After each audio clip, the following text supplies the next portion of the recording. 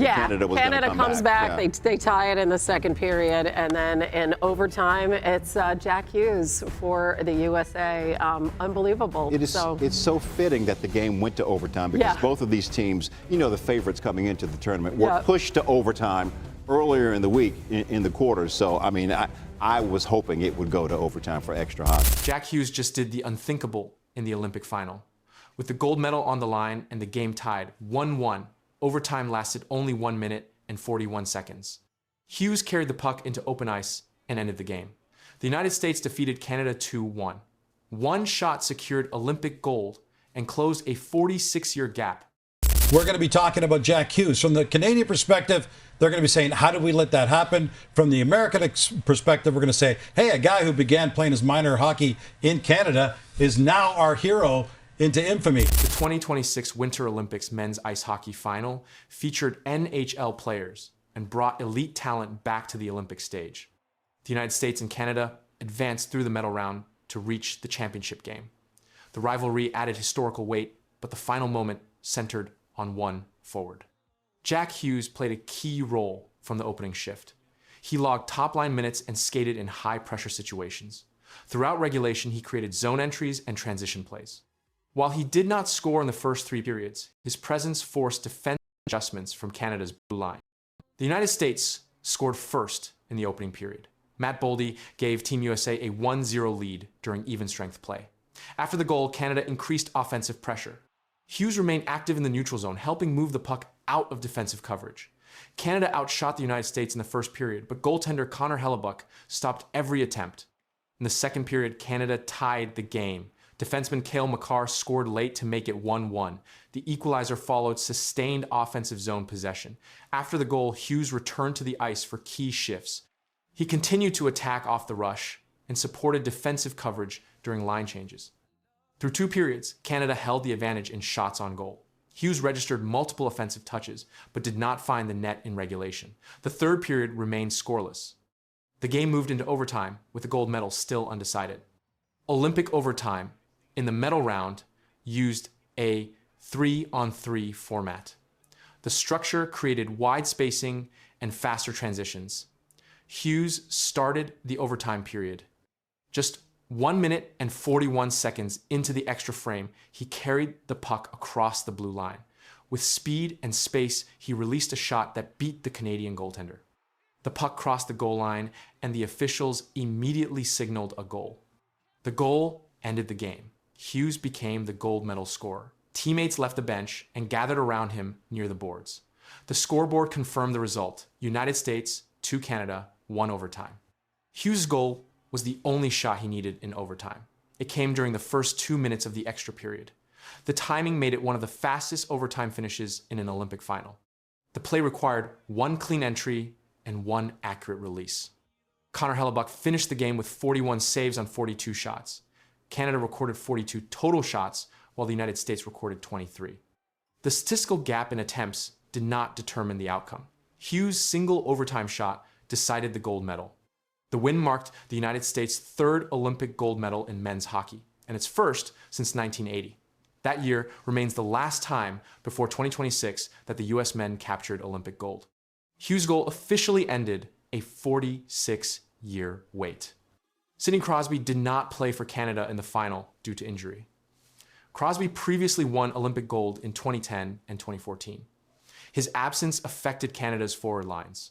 Hughes faced a Canadian roster that still included elite NHL defensemen and forwards despite Crosby's absence. Throughout the tournament, Hughes contributed as a primary offensive option. In the final, he delivered the decisive play. He logged significant ice time in both regulation and overtime. The coaching staff trusted him to open the extra period, which is a role reserved for top offensive players. The 3-on-3 format placed emphasis on puck control and quick execution. Hughes capitalized on the open ice. He accelerated through the neutral zone, crossed the offensive blue line, and released a controlled shot.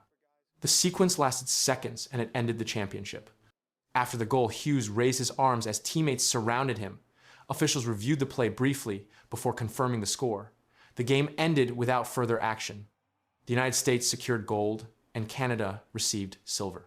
During post-game celebrations, American players carried Johnny Gaudreau's jersey onto the ice in tribute. Hughes joined the celebration as the team gathered for the medal ceremony. The tribute occurred while the players prepared to receive gold medals. The final stat line recorded Hughes as the overtime goal scorer at 1 minute and 41 seconds. Matt Boldy was credited with the first period goal. Cale Makar scored for Canada in the second period. Connor Hellebuyck's 41 saves preserved the tie long enough for Hughes to decide the outcome. The official record shows a 2-1 overtime victory for the United States.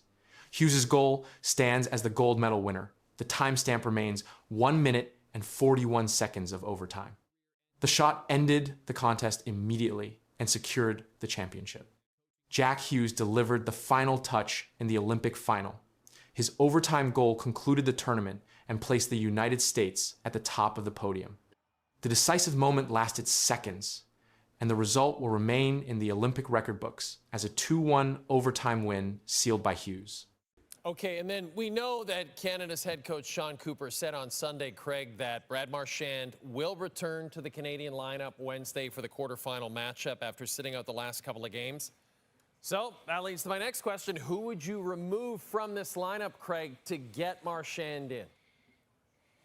Real simple, it's Seth Jarvis. I mean, Seth Jarvis in his 2 games hasn't done anything, in my view, to displace any other player on this team. A locker room decision just changed everything for Team Canada. Brad Marchand is back for the Olympic quarterfinal, and one player is about to lose his spot. The coaching staff confirmed the move, but they did not reveal the name coming out. Analysts are already pointing at one forward. The tension inside Canada's lineup is building, and the final decision is still unfolding. Brad Marchand will return to Team Canada's lineup for the Olympic quarterfinal. Head coach John Cooper confirmed the decision ahead of the elimination game. Marchand had been a healthy scratch in the previous 2 games. Reports stated he was cleared to play and available for selection. This was a coaching choice, not an injury situation. Marchand's return means one forward must come out. Olympic game rosters allow limited forward spots. When a veteran re-enters, another player sits. That is the direct impact of this decision. The coaching staff has not officially announced the scratched player at the time of reporting. Analyst Craig Button publicly suggested that Seth Jarvis could be the player removed from the lineup. Jarvis had dressed during Marchand's absence. He is one of the younger forwards on the roster. Jarvis was drafted 13th overall in the 2020 NHL draft by the Carolina Hurricanes. During the NHL season, he has played top 6 minutes and contributed steady scoring. In this tournament, he filled ice time while Marchand was out. Nick Suzuki's name also appeared in early speculation. Some reports questioned whether Suzuki could lose his place. However, TSN Montreal insider Anthony DeMarco stated Suzuki was absolutely not in danger of being scratched. That statement reduced uncertainty around Suzuki's role. He remains projected in the lineup. Marchand brings over 900 NHL games of experience. He has recorded more than 800 career NHL points. He won the Stanley Cup with the Boston Bruins in 2011. He has played over 150 NHL playoff games. Those numbers show why a coaching staff would rely on him in a win-or-go-home setting. Canada enters the quarterfinal after strong results in group play. The team defeated France 10-2 in one preliminary game, showing scoring depth across lines. Even with that depth, elimination rounds often shift strategy. Experience can carry more weight than rotation. The final lineup card will confirm who sits. Until that moment, the debate centers on Jarvis and depth forwards. Marchand is officially back. One roster spot is not. Marchand's postseason record is extensive. He has scored double-digit goals in multiple NHL playoff runs. He has played in more than 150 playoff games. His Stanley Cup win in 2011 remains part of his resume. These are measurable facts tied to performance at the highest level. In Olympic play, where games are short and stakes are immediate, that experience carries weight. Seth Jarvis, by contrast, is at the early stage of his NHL career. He was born in 2002. He entered the league after being drafted in 2020. His role with Canada during Marchand's absence provided speed and energy. However, international elimination elimination games often reduce experimentation. Coaches shorten benches. Ice time becomes tighter. Decisions become direct. Reports did not confirm Jarvis as the scratched player at the time of publication. No official lineup sheet had been released when media outlets discussed the change. That detail mattered. Until the team submits its final roster before the game, speculation remains just that. Nick Suzuki's status appears stable following the insider clarification. Anthony DeMarco stated Suzuki was absolutely not in danger. That narrowed the focus of debate. Sam Reinhart and other depth forwards remain part of roster discussions, but no verified report confirmed their removal. Canada's forward group includes Connor McDavid, Sidney Crosby, and Nathan MacKinnon. All three carry major international and NHL credentials. With only 12 forward positions available in a game lineup, each decision is calculated. Marchand's confirmed return reduces flexibility by one spot. The official scratch will be listed before puck drop. Until that announcement, the only confirmed fact is clear. Brad Marchand is back for the quarterfinal, and one forward will not dress.